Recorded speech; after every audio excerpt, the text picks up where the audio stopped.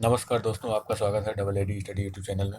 जैसा कि आपको पता है कि हम लोग कल भारत के संघ और उसके राज्य क्षेत्र के बारे में जान रहे थे। तो उसके अंतर्गत हम लोग 1 से लेकर 4 तक जो भी आर्टिकल थे उनको हम लोग देखे थे। अभी हम लोग देखेंगे कि जो महत्वपूर्ण बिंदु के बाद राज्य और गठन वर्ष, जैसे जो भी राज्य थे उनका गठन कब-कब किया गया था।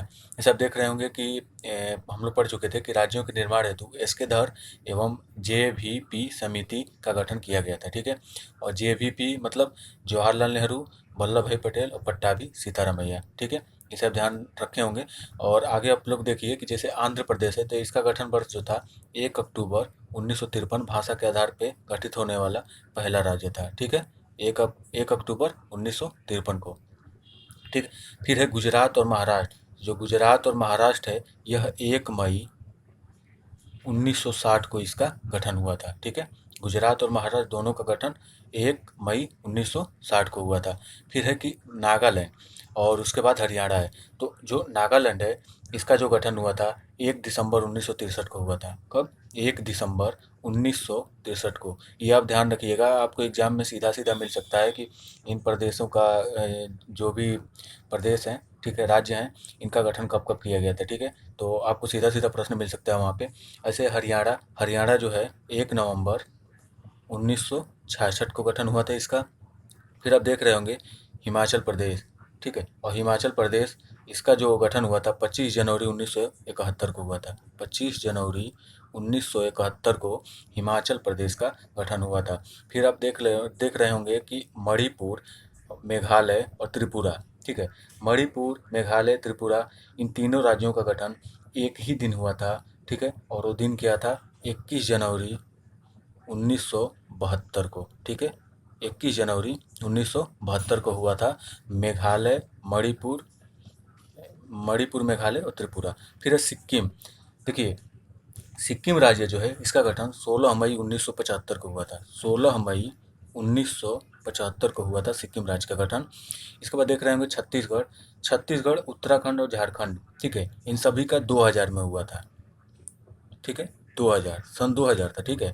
लेकिन अगर छत्तीसगढ़ की बात करें तो छत्तीसगढ़ 1 नवंबर को हो गया था इसका गठन, 1 नवंबर 2000 को, ठीक है? ऐसे ही उत्तराखंड की बात करें तो उत्तराखंड, बताइए आप लोग, 9 नवंबर 2000, ठीक है? ऐसे झारखंड जो है, तो झारखंड राज्य का जो गठन था, इसका भी 2000 में हुआ था, 15 नवंबर 2000, ठीक है? 2000 में, सन 2000 में छत्तीसगढ़, उत्तराखंड और झारखंड। और आपको पता होगा कि उत्तराखंड जो है यूपी से अलग होके उत्तराखंड बना था, ठीक है? तो यहाँ तक आपको पता होगा। जैसे यहाँ तेलंगाना राज्य है, तेलंगाना छूट रहा है, तो इसका जो गठन है 2 जून, कब? 2014 को हुआ था तेलंगाना राज्य का गठन, ठीक है? अब हमारा नेक्स्ट जो टॉपिक है, देखिए, भाग 1 कंप्लीट कर चुके हैं हम लोग। आर्टिकल मतलब अनुच्छेद 1 से लेकर 4 तक, उसके बारे में डिटेल जितने प्रश्न बन सकते थे सभी को हम लोग चर्चा कर चुके हैं। अभी हम भाग 2 के अंतर्गत देखेंगे नागरिकता, और ये आपके लिए काफ़ी महत्वपूर्ण हो जाती है। मतलब नागरिकता समझना आपके लिए बहुत ज़रूरी है, ठीक है? चाहे वो परीक्षाओं की दृष्टि से हो या समाज में रहने की दृष्टि से हो, ठीक है? अभी जो बीच में बवाल भी हुआ था इसको लेके, तो वो सब भी आपको समझना ज़रूरी है। तो आपको हम आज पढ़ाने वाले हैं नागरिकता, जो भाग 2 के अंतर्गत आता है। और अनुच्छेद यहाँ पे कहाँ से कहाँ तक आते हैं? अनुच्छेद 5 से लेके 11 तक नागरिकता के अंतर्गत आते हैं, और ये भाग 2 में आता है, ठीक है? इतना आप ध्यान रख लिए होंगे। फिर हम आपको आगे बता रहे हैं। देखिए, जैसा कि आप देख रहे होंगे, भारत में एकल नागरिकता का प्रावधान है। एकल का मतलब इकहरी नागरिकता, ठीक है? भारत में जो है एकल नागरिकता का प्रावधान है, ठीक है? एकल का मतलब होता है इकहरी, ठीक है? इकहरी। और यह जो एकल नागरिकता का प्रावधान है, यह ब्रिटेन से लिया गया। कहाँ से? ब्रिटेन से लिया गया एकल नागरिकता का प्रावधान। अब देखिए, अनुच्छेद 5 के अनुसार, अनुच्छेद 5 के अनुसार संविधान के प्रारंभ पर नागरिकता को रखा गया है।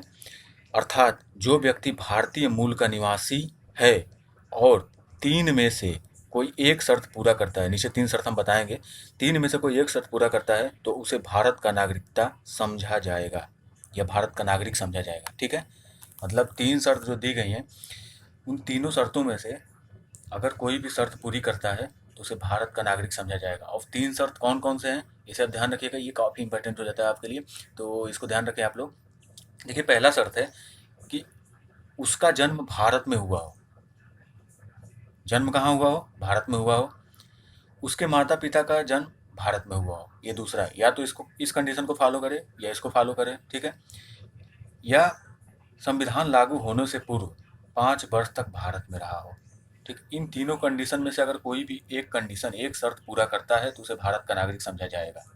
समझ रहे होंगे आप लोग। फिर है कि अनुच्छेद 9, अब इसके बारे में हम आपको थोड़ा और डिटेल बता देते हैं।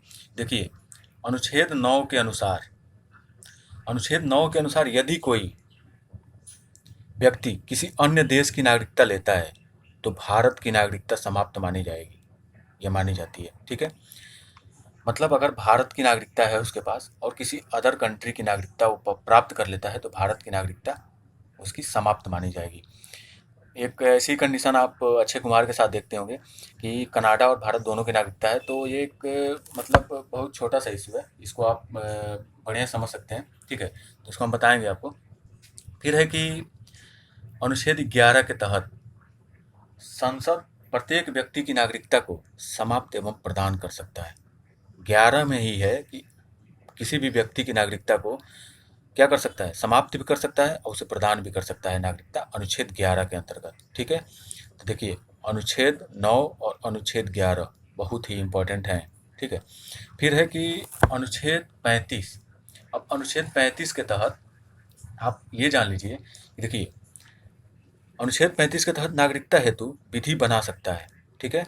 नागरिकता के लिए विधि बना सकता है इसी शक्ति का प्रयोग करके संसद 1955, 1986, 2003 और 2005 इत्यादि अधिनियम लागू किए, ठीक है। समझ रहे होंगे आप इसको। अब देखिए, नागरिकता अधिनियम जो 1955 है, इसको हम बताने की कोशिश करते हैं आपको, समझने की कोशिश करिएगा आप। देखिए, नागरिकता अधिनियम 1955 जो है, इस आधार पर नागरिकता 5 प्रकार से प्रदान की जाती है, और ये पांचों प्रकार कौन कौन से हैं इसको आप लोग जान लीजिए, और इसके बारे में डिटेल हम कल चर्चा करेंगे, ठीक है।